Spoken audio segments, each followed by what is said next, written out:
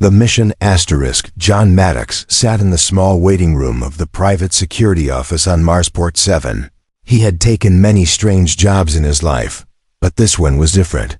He wasn't told much, just that he had to escort 2 alien girls from Gorik Station to Luna 9 on the moon. No weapons, no escort team, just him and the twins. The pay was high, too high for such a simple job. That's what made him nervous. When the door opened, 2 tall alien girls walked in. They looked about 17 in human years. Though John knew that meant nothing, they were almost identical, with glowing violet eyes and long silver hair tied in twin braids. Their skin shimmered slightly under the station lights. Not like metal, but something softer. They wore matching dark robes with strange symbols glowing along the edges.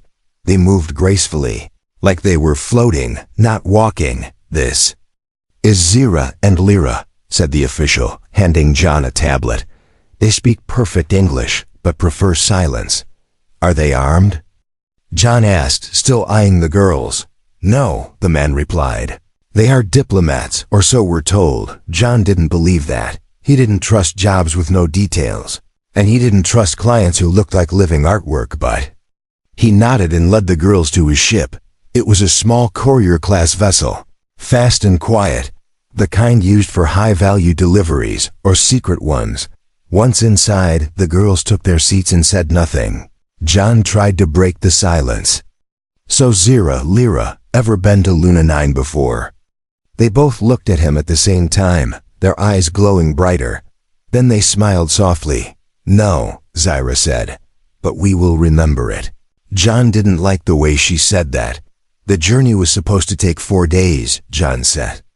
The ship on autocourse, and leaned back, watching the screens. Everything looked normal, but he kept checking anyway. After 2 hours, he noticed something odd. The gravity sensors in the rear corridor were blinking. That should not happen. He got up and walked toward the back of the ship. As he turned the corner, he saw a repair drone spinning slowly in the air, completely powered off. That wasn't right. Drones didn't float like that unless gravity had failed. But it hadn't. He picked up the drone and rebooted it. When he returned to the bridge, Zira and Lyra were sitting exactly where he left them, but now their eyes were closed, and their lips were moving, as if they were speaking without sound. "Is everything okay?" John asked, trying to sound casual. They both opened their eyes slowly. "Everything is fine," Lyra said. "We were just remembering," Zira added. John didn't push it, but his hand drifted closer to the emergency panel just in case. Next day, strange things started happening. A nav beacon went offline, forcing John to reroute the ship. Then a message from Luna 9 came through, but it was garbled, like someone was jamming it. When he tried to scan the ship, the scanners looped endlessly, showing false readings. He checked the engine room himself. Nothing was damaged, but there was a symbol glowing on the floor, like the ones on the girls' robes. He hadn't seen that before. That night, John didn't sleep. He sat in the cockpit, staring at the cockpit, staring at the before. That night, John didn't sleep. He sat in the cockpit, staring at the cockpit, staring at the cockpit. Twins through the reflection in the glass. They didn't eat, didn't sleep, didn't move much, but they were always watching, always whispering without words. On the 3rd day, things got worse. A pirate ship appeared out of nowhere. A fast raider with shields and plasma guns. John swore and jumped to controls, trying to boost away. But the raider was faster closing. Within seconds, he turned to warn the twins, but they were already standing behind him. He didn't even hear them move. "You need not worry," Zira said. Placing her hand on the console, the ship's lights flickered, and suddenly, the raider outside stopped moving. John stared at the screen. The pirate ship was frozen in space, completely still. Then, without a sound, it exploded. No fire, no blast wave, just gone. What the hell was that? John gasped. "We protected the path," Lyra said calmly. "Who are you really?" John asked. They looked at him again, together, and said in perfect unison, "You'll understand soon." John leaned back, sweating. He had been hired to escort 2 alien girls. But now he realized they weren't passengers. They were in control. The detour. John didn't sleep after the pirate ship vanished. He sat in the command chair with a cold sweat on his neck. He kept replaying what he saw. A whole raider ship, frozen in space, and then gone. No missiles, no weapons, no impact. Just silence, and then nothing. The twins had gone back to their seats, as if it was normal. As if destroying a pirate ship with a thought was no big deal. They didn't ask questions, didn't explain. They just sat with their hands folded and their eyes glowing faintly in the dark. John couldn't decide if he was afraid or fascinated. He had seen soldiers, machines, and monsters during the border wars, but nothing like this. Nothing so quiet, so calm, and yet so powerful. He opened the ship's logs and checked again. There was no record of the raider ever appearing. No damage, no alert, no sensor warning. Just a blank gap in the timeline like it had been erased. "Who the hell are you girls?" he whispered to himself. By the next day, the ship was almost at Luna 9, just a few hours away. John prepared the landing codes, called for docking clearance. But then, Zira stood up and said something that made him freeze. "We're not going to Luna 9. John turned, confused. "What do you mean?" "That's the job," Lyra joined her sister, her voice smooth and clear. "Your job was to escort us, but our path has changed." John felt his jaw tighten. "I was paid to take you to the moon base, not fly around the galaxy chasing shadows." Zira stepped closer, her eyes locked with his. "You've already seen what we can do," she said gently. "But this is not a threat, it's an invitation." John didn't like this. He liked plans, straight paths, safe outcomes, and this job had none of those things anymore. Still, something deep inside him, maybe curiosity, maybe something else, made him nod. "Where to then?" he asked. The twins smiled. "Set course for the dark side of the moon." They arrived at lunar orbit and flew low, across jagged craters and dead rock. No signals came from this side of the moon. No satellites, no towers, just silence. "Down there," Zira pointed. John saw nothing, just a wide plain of dust and shadow. Then the ship's scanner blinked. A faint signal, buried under the surface, ancient and unreadable. He narrowed the scan and saw it.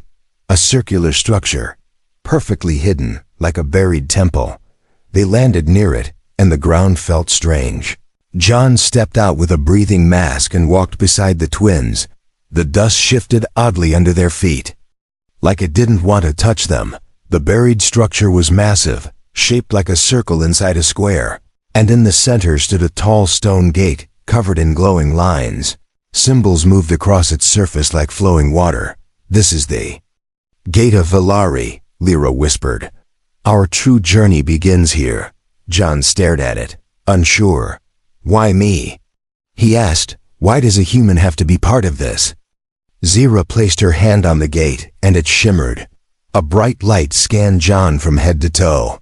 Symbols on the stone shifted again, and then part of the wall opened with a deep humming sound. "You are not random," she said softly. "Your blood remembers something even you don't know." John stepped forward, the gate glowing brighter with each step he took. A strange warmth filled the air, and a low whisper started in his ears, not words, but voices ancient, endless, like they had been waiting for him. Inside, the passage sloped downward, deeper into the moon. The walls were covered in more of those symbols, and the light inside had no source. It simply glowed, alive. "What is this place?" John asked, voice low. "It's a vault," Lyra answered.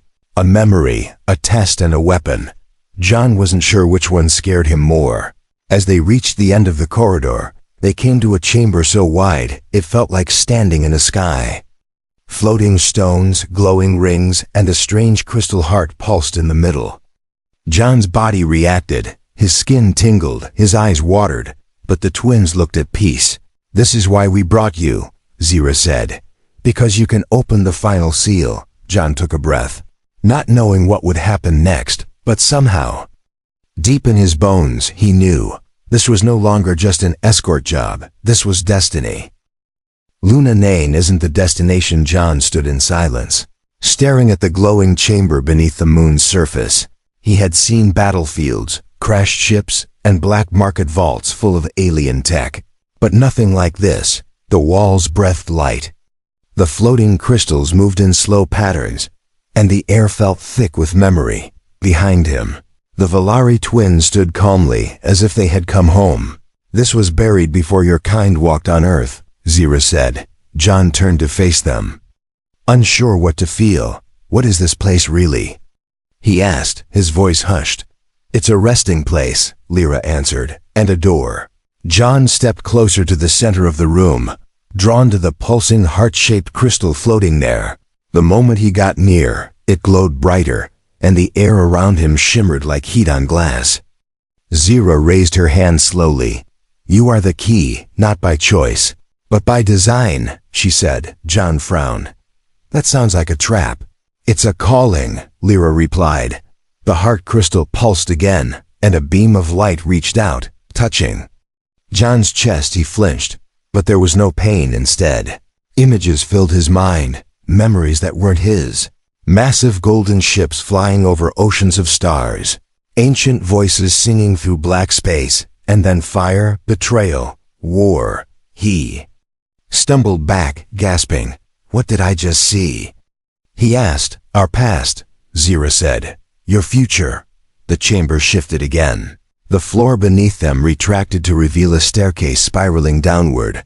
The twins started walking first. Without fear, John hesitated, then followed. Every step felt heavier, like gravity itself didn't want him there. But he kept moving. They reached a second chamber, darker, colder, but alive all around them. Statues of ancient Valari warriors stood in silence, tall and graceful, made from living stone. They looked like the twins, but older, more regal. In the center, a large arch stood upright, filled with a swirling mist. It hummed softly like a sleeping engine. "This is the gate of return," Lyra whispered.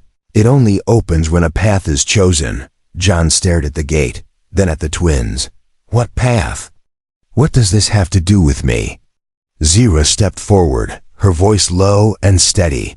"The Valari once guided peace across the stars, but they were betrayed and hunted. To survive, we sealed our kind away," Lyra added. "This gate leads to the place where the last of our people sleep." John shook his head, trying to understand. "Then why me? Why not open it yourselves?" Zira touched the edge of the gate, and it flickered. "Because the lock was made with human hands," she said. John stared at her in disbelief. "What are you saying?"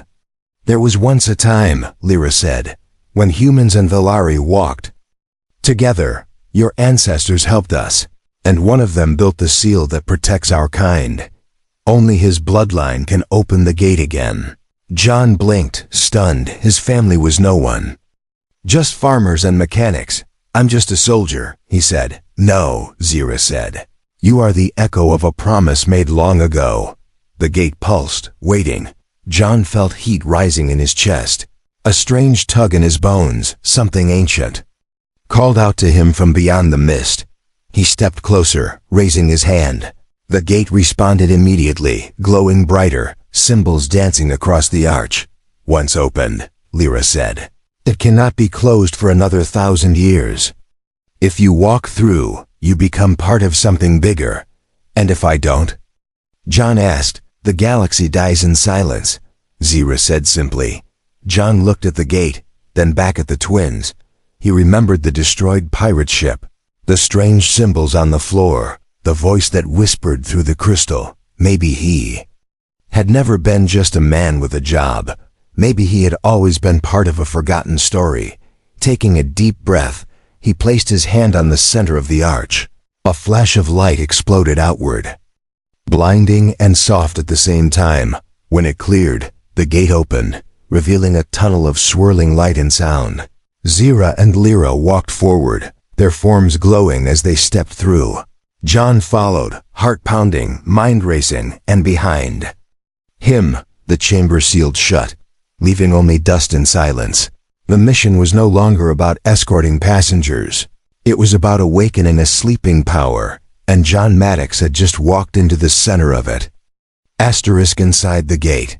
The world on the other side of the gate did not feel like space, or a planet, or anything John had ever known. It was weightless and full at the same time. The air shimmered with moving color, and the ground wasn't solid, but it held him like invisible arms. Shapes floated in the distance, islands of stone, fragments of machines, massive roots of glowing trees. It was a dream, but he was awake. John reached for his belt out of habit, but his tools were gone. Even gravity was strange here, sometimes soft, sometimes sideways, sometimes gone completely. But Zira and Lyra moved forward like they belonged. Their eyes shone brighter now, and their steps left trails of light behind them. "We are inside the memory core," Lyra said, "the last piece of Valari wisdom." John followed them through floating platforms and glowing bridges that formed as they stepped. No metal, no circuits, no engines. This was something older. More alive. The deeper they went, the louder the whispers became. Not words, not voices, but layers of thought, sorrow, joy, warnings, and truth. "Why does it feel like this place is watching me?" John asked. "Because it is," Zira said. "This place remembers every Valari who lived and died.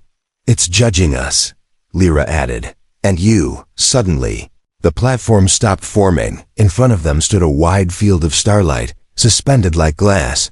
Zira turned to John, her face calm but serious. "This is where you must walk alone," she said. "The core will test your truth." Before he could speak, the twins stepped back, disappearing into the light. John stood alone, surrounded by silence that felt alive. Then the world changed. He was no longer in the glowing realm. He was back on Earth, in the mud, the smoke, the battlefield where he had lost his squad. Explosions shook the ground, and screams echoed through the trees. John spun around, heart racing, gun in hand. But he knew this wasn't real. Still, it felt real. He saw his best friend Mason fall. Again, just like before, only this time. Mason looked at him and whispered, "Why did you leave me?" John shouted, "No, I didn't. I tried to save you." But the memory didn't care. The world shifted again. Now he stood in a quiet room, his old apartment. His father sat at the table, disappointed. "You ran away," the man said. "Always running, never standing." John stepped back, shaken. "You're not real." But the pain in his chest was real. Again, the vision changed. He saw himself, older, broken, walking the stars with no purpose, a soldier without a war, a man without meaning. The whispers grew louder, swirling around him. Then they stopped all at once. In the silence, he heard a new voice, one that was not his own.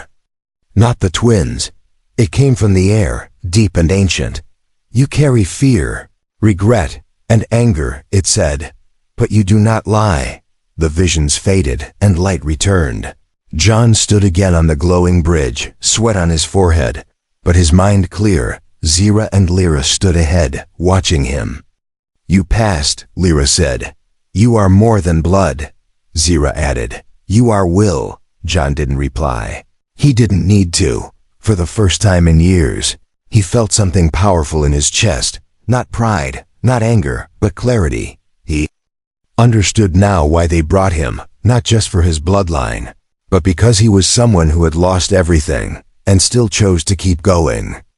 The memory core began to change. Its walls folded in, opening a path toward a crystal throne at the center. Inside it, a figure floated, another Valari, older, grander, sleeping in a shell of light.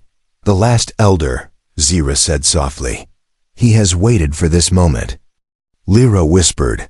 The lights began to rise, forming a circle around John.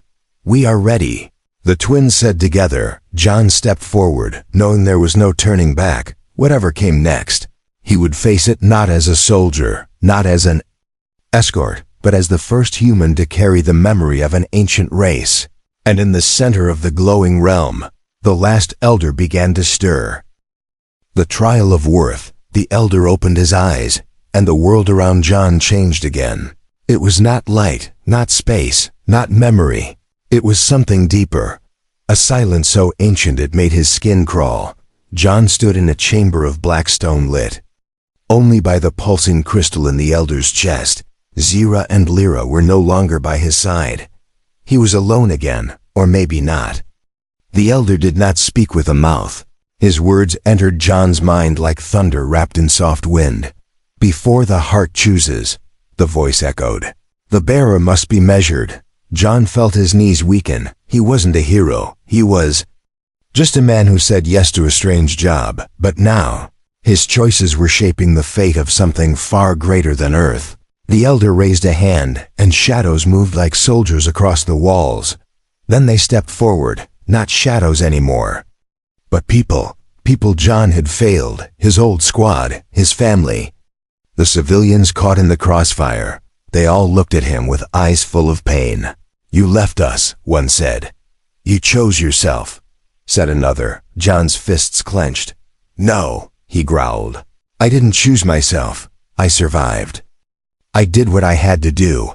I couldn't save you, but I never forgot you." The voices circled him like a storm, but John didn't step back. He stood tall, sweat on his brow, breath sharp, heart pounding. "I carry all of you," he said. "Every day." The chamber pulsed with light. The figures vanished. The elder's voice returned. "You do not deny your weakness. You do not hide from your guilt. This is the path of the worthy." Then came the second test. From the floor rose 3 mirrors, each one showing a different future.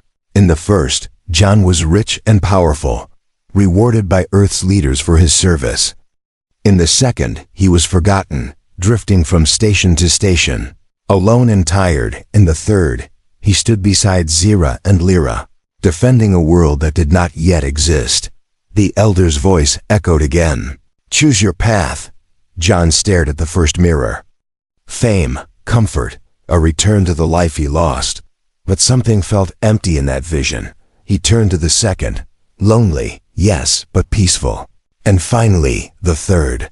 The unknown, the dangerous, but not alone. He walked toward the third mirror and placed his hand against it.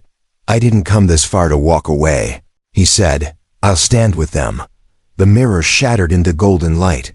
The chamber began to rise, spiraling upward with ancient energy. When John opened his eyes again, he was back in the glowing realm. Zira and Lyra stood before him, smiling gently. "You chose us," Lyra said. "You chose the galaxy," Zira added. The elder now floated above the heart. Arms open, he looked at John with glowing eyes.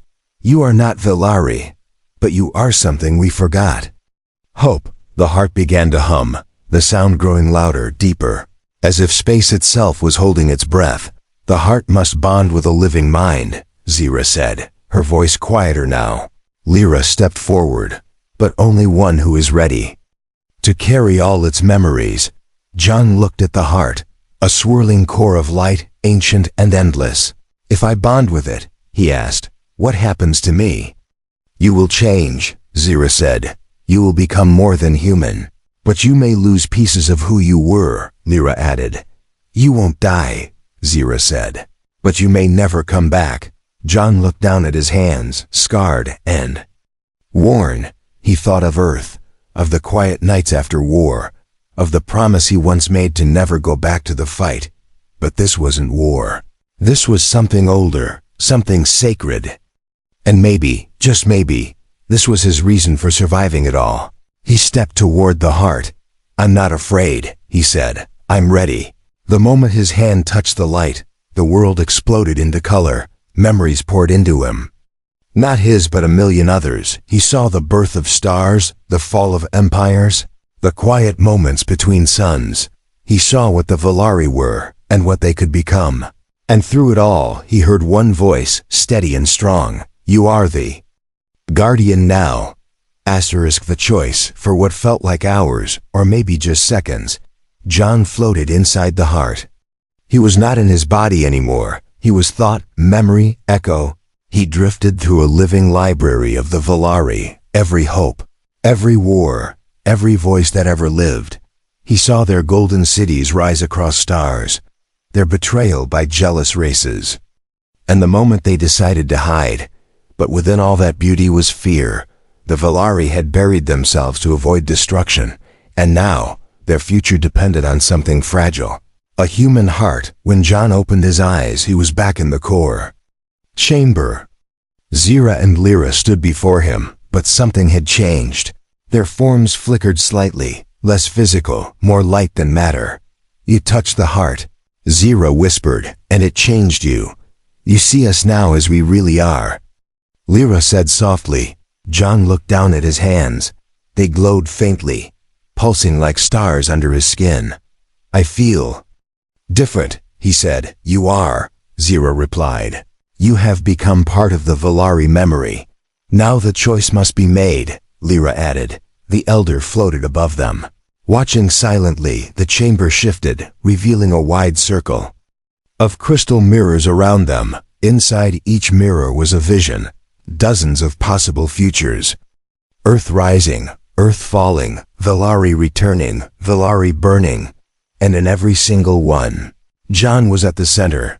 "The heart can awaken our people," Lyra said, "but without a guardian, the heart will collapse in time," Zira continued. "You can leave," Lyra offered, "and return to your world, or stay and become the keeper of the heart." John stared at the mirrors, his breath slow. "What happens if I leave?" he asked. "The twins will carry the knowledge," Zira said, "but it will fade slowly. You will live as a man," Lyra said, "but the galaxy may lose what it was meant to become." "And if I stay?" John asked, already knowing the answer. "You will never return to Earth," Zira said. "Not as yourself. You will become the living memory of our kind," Lyra said. "Forever." Silence fell between them. John looked at the glowing floor beneath his boots. He thought about Mars, about Luna 9, about the drink he'd promised himself after this job. He thought about how he never really fit anywhere since the war. He thought about Mason, his old friend, once joking, "You'll never stop running until the stars stop calling you." Maybe this was what the stars had been calling him for. Not to fight another war, not to earn another medal, but to give the galaxy something it lost: balance, memory, peace. He looked at the twins, their faces calm but hopeful.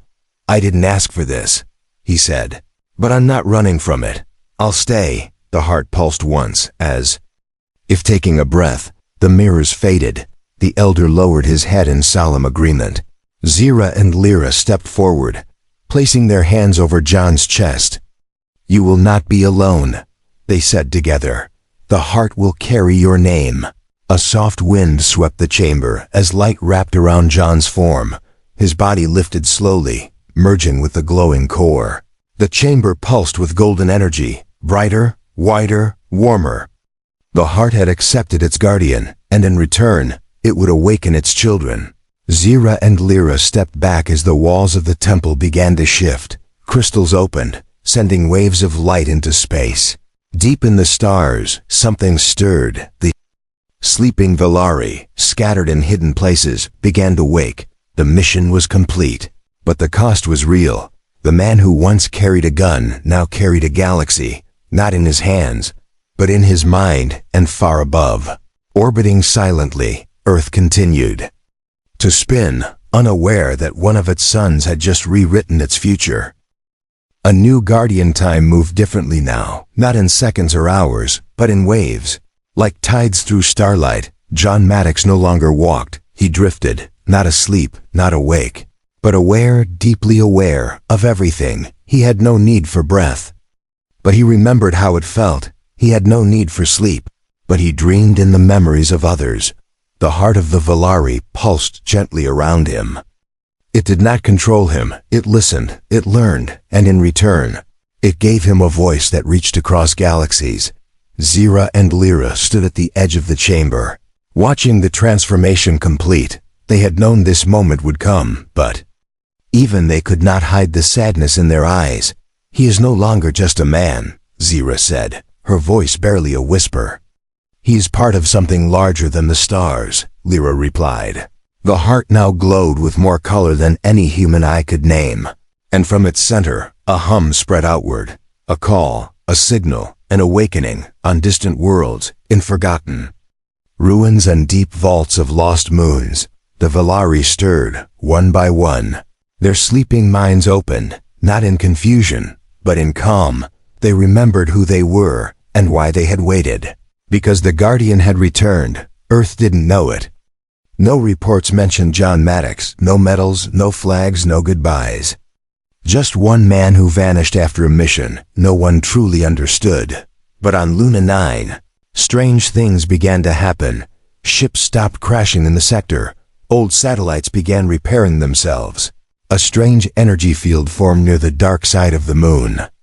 And through the com channels, a single message repeated in an unknown language, soft, rhythmic, and full of peace.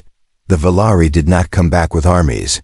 They came with knowledge, healing, and warnings of things still hidden in the dark corners of the galaxy. They remembered how war had nearly ended them, and they would not make that mistake again. But behind all of it, behind every connection, every whispered idea shared with the stars, was him. The Guardian, the man who said yes when he could have said no. The human who carried pain and still chose to protect something not his. John's face appeared in their memories, not as a warrior, but as a light, and somewhere deep within the heart.